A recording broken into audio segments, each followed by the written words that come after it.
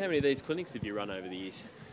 There's been a few. I reckon it would be, well, I've been here for 20 years, so I think Harvey's Heroes might have started about 10 years ago or so. So probably coming up to, maybe 10 or so, but it's a great turnout. Lucky the weather's good, not as bad as yesterday, but I think there's nearly 1,000 kids registered, so that's a fantastic day. And, that's the future of our football club, these young kids running around with number 7 and number 20 on their back. So looking forward to getting out there amongst it. You'll definitely be back next year to run another one? Oh, I hope so. That's certainly the plan, but we've got to make sure we win some more games for that to happen, and me continue to play some good football. And I think, like this time every year, probably around 16, 17 is when I'll sit down and decide the future for next year. So when you say you have to win a few more games, you're saying that what you might have to, if you don't make the finals, there's a chance you may not. Nah, I'm not probably saying that. I just enjoy my football better when we're winning. So it certainly makes life better if you win 22 games and you know where you're sitting. So, I just just enjoy winning. So that result on the week, and where's that rank in terms of disappointment, given what was on the line and who you were playing? Is that one of the more disappointing games you've been involved in? I think they're all disappointing when you lose. I know our supporters would look at it and think Gold Coast on the bottom of the ladder, but we can see this year how even the competition is, and that's no excuse. We are extremely disappointed as a group. Fortunately for us, it's Tuesday now, and we've really got to put that to the back of our minds, because if we take that football into playing Geelong this week, we'll probably get our pants pulled down again. So we looked at the review, we learned a lot of things again, and we'll go forward and put our best foot forward against Geelong. How was that review, Boomer? Were there, you say you learned a lot of things. Were they some of the things that have let you down in the past, sort of common problems? Yeah, they were. There's not too much things that pop up that haven't happened in the past. So Brad's really thorough with his review, as are the other coaches as well when you do your line reviews. So it's just some basic stuff that we've really got to get right. And we will never be a really good team if we don't get the basics right. And that's what they were. They were the basics of football for us. Do these results happen far too regularly for a team that's got pretty high aspirations this year? I mean, you've had 4 losses by 9 goals plus. No, absolutely. That's the challenge. We're too inconsistent, and the challenge to good teams, you can't have that inconsistency week in, week out, quarter in, quarter out. So we can turn that around, but to be honest, and I'm not being smart, we're over that game now. We've got to move on, because if we don't, again we just get our pants pulled down against the Cats. So going forward, it's all Geelong now for us. Nice to have Brad back in the coach's box this weekend, and can you talk us through what the last few weeks have been like without him in the box on game day? Well, I don't know what it's like in the box on game day. I'm not suspended now, which is a good thing. But look, it's always good to have Brad back. He's our senior coach. As good as Croc is, he's not the senior coach.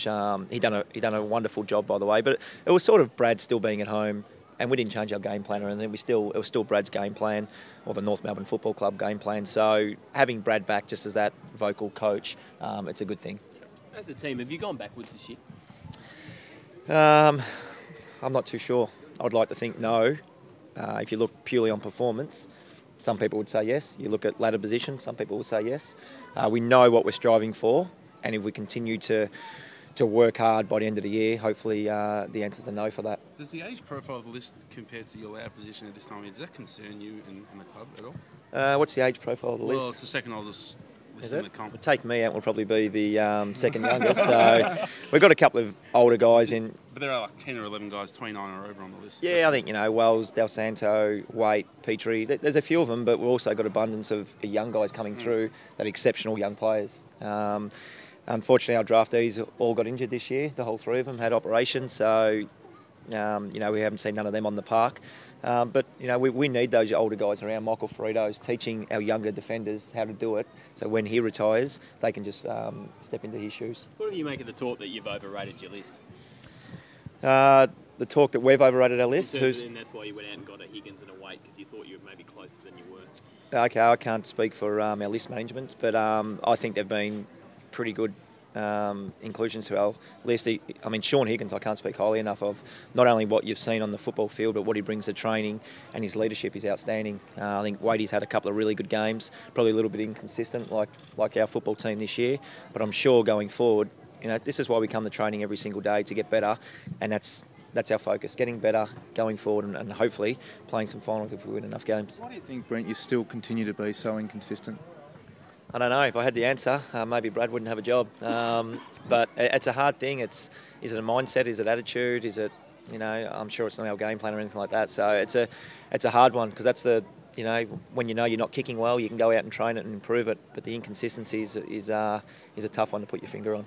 Is it one that you can, I guess, fix and, you know, move to that next level this year in short term? Yeah, everything's fixable for us.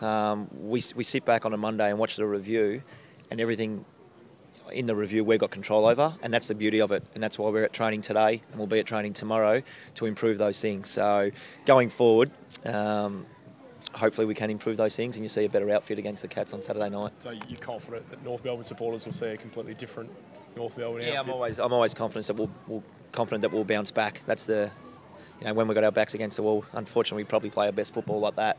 But for our supporters, we'll be bouncing back. We'll finish off the year well, and we'll go from there. Madge Brent got the chance again, got subbed out early. Where's he at? Madge, I think he's been playing some fantastic football in the VFL. Unfortunately, he got subbed out. I'm not sure if that was due to his performance or it was just team structure. And that's the thing you've got to look at when you're with the subs. It's such a team structure thing. If something's not working, you've got to try to change it.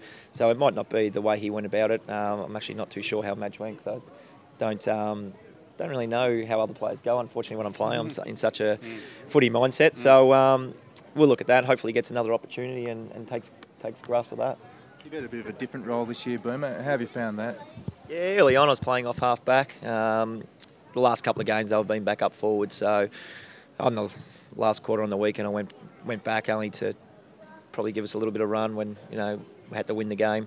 But it's been challenging. Defending probably wasn't my suit early on in my career, so it's been great to work with a different coach in Josh Drummond. I think I'm always up for a challenge, so it's a good thing. And you learn a little bit how the backs need to go about it as well. So I've enjoyed my football immensely this year. Again, probably just need to win a few more games for me to really enjoy it. Is there a chance as a group you just expected to take the next step this year and maybe a little bit of complacency has crept in? From outside, probably. From inside the football club, we know how hard it is. And like I spoke about how even the competition is, you can't drop your guard. Have we done that? I'm not too sure, Julian, but there's no easy games anymore, I know that. And people look at our draw and say we've got a softer second half of the draw, but for us it's a week by week prospect now, and if we don't put our foot on the accelerator, we're going to get left behind.